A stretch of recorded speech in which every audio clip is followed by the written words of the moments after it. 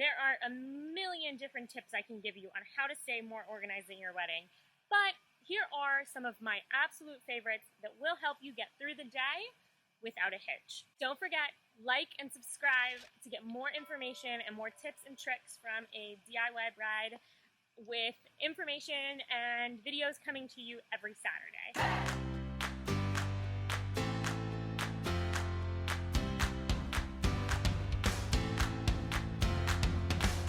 I'm not telling you this is a checklist of any sort, just some of my favorite tips to make sure you're staying organized for your big day. It's like 99 degrees out. Okay, I don't even care. This hair is just gonna do what it wants.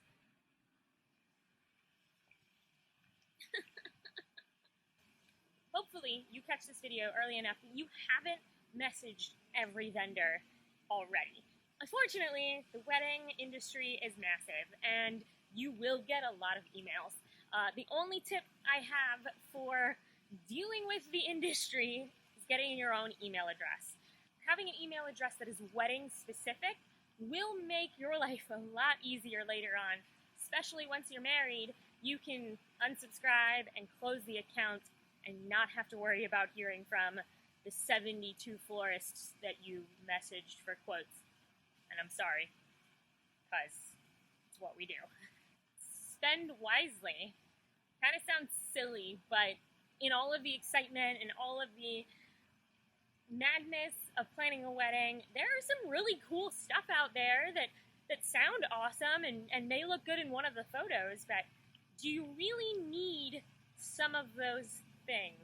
My favorite is the fancy bridal robe or the embroidered slippers that say maid of honor. Will you ever actually wear those again? That thing that is sitting in your Amazon cart, is it actually going to bring you happiness? Will it bring you joy? Does it speak to you? Don't just spend to spend because it's a wedding day. Make sure that you're spending wisely to set up for a marriage, not just a big wedding day. Have a designated texter, because in reality, you want to unplug. You want to let your phone go, throw it in someone else's purse, and forget about it. Especially because you're supposed to be enjoying the day. If you're constantly getting berated? If you're constantly getting bombarded with text messages and questions and phone calls from far-off aunts who are in for the weekend and have no idea where to go, make sure that your phone is given to someone who can respond, who can text on your behalf, and will hold on to your phone for the day. As a photographer, I will tell you, absolutely, dress up when you're getting ready. It's not something a lot of people think about because they're just, putting their makeup on and getting their hair done. But I'm going to be there to take your photos. If you're not getting one of those cool floral robes for the one day, then make sure that you're wearing something that is not your old PJs from college.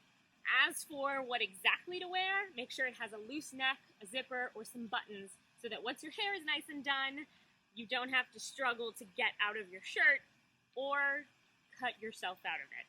Going with that, getting ready, the bride should be the last one. I always have the bridesmaids going, oh, don't take my photo yet because I'm not ready. And it's not about them, just FYI. But have them get done, ready to go, because the bride's makeup takes the longest. The bride's hair and makeup does take the longest, but you also want to make sure it's the freshest for all of the photos. Everyone else can get their touch-ups done after, but I want to get the photos of the bride getting ready, and that also means I don't need to show up at 7 in the morning when makeup starts. I can be there a few hours before the ceremony. All of the bridesmaids are already made up and ready to go, and I'm taking the beautiful photos of the bride getting her hair and makeup done. Break in those shoes. Whether you're wearing super high heels on your big day or your groom has some new shiny shoes that he's never worn before, you do not want to have blisters on your big day. Break them in. There are a million YouTube videos on how to break in shoes without breaking the shoes, but you do need to work on making them flexible and comfortable, maybe determining if you need to put insoles, because the worst is an uncomfortable bride and groom. Now, I have said this one before, but I do need to reiterate. You need to make sure to have clear signage throughout the entire venue, at the hotel, At the rehearsal dinner, there should be a million signs so no one is confused as to what exactly you need. You haven't seen my video on all the signs that you need to make sure you make for your wedding. It will be linked down below, and there probably will be like a pop-up here. Check that video out for a complete list of all the signs that you need to make sure that you have. One of my favorite parts is that grand exit.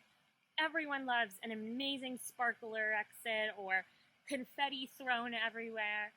No matter if it's your exit from the ceremony or your exit from the entire wedding, it's something we want to make sure we capture. There are quite a few venues who have stipulations on what you can actually throw or do for your exit. So if you've determined you want to do a confetti exit, a tip is everyone should know by now to not throw rice because it's bad for the birds. They don't ingest it well. But there's also a lot of things that are very difficult to pick up unless all your family members are willing to help sweep the grass afterwards to make sure the venue is cleaned and you don't get charged a fee. You may want to think of some biodegradable confetti, anything that is good for the environment or good for the animals. Make sure the confetti is big. Okay, it's not that big. It needs to be, like rose petal size because it shows up better in photos. It's easier to clean up after, and it's better in photos. For the love of God, please don't make me take 47 family photos because wrangling all of your family members is not my favorite part about wedding photography. I'm going to put it that way. If you have 10 to 15 large group family photos, absolutely, that's completely feasible. If you do want to do 47 different family group photos, you will have to make sure that there is time allotted for it. There is a lot to go on in wrangling children and uncles and elderly and making sure that they're in the right place at the right time, so it does take quite a bit of time. Make sure you talk with your photographer from the beginning about all of the list of family and friends group photos that you want to make sure we accomplish before we go.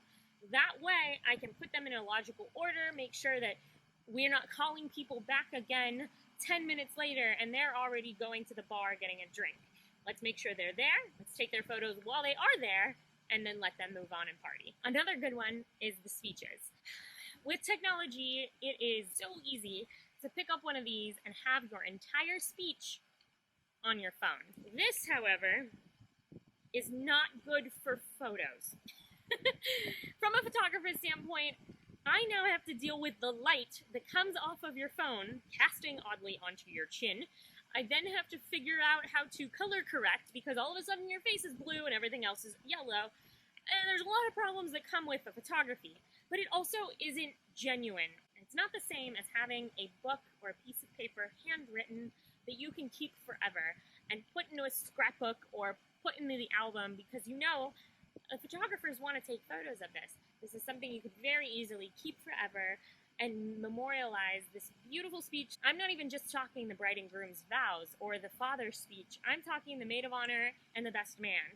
Have everyone write down their vows. If you have a vow book or a speech book or a cool journal that they can write in and just stick in their pocket, it will make the photography and the feeling so much more genuine than staring at a phone. You are going to spend so much time organizing and planning and working with all these vendors. Unfortunately, it doesn't always go as planned. And no matter if there's a delay because of traffic, because something came in the wrong color, because it starts to rain, whatever the case, you are organized and you are ready for everything. Don't let the little things stress you out. Go with the flow. Smile. It will be a beautiful day. If you have any questions whatsoever, I will be continuing to add to this list and making sure I'm highlighting the lots of tips that I can give you to make sure you're organized, staying on budget, and keeping it crafty. I like that saying. Let me know if there's anything I can do to help. My name's Dee. We'll talk soon.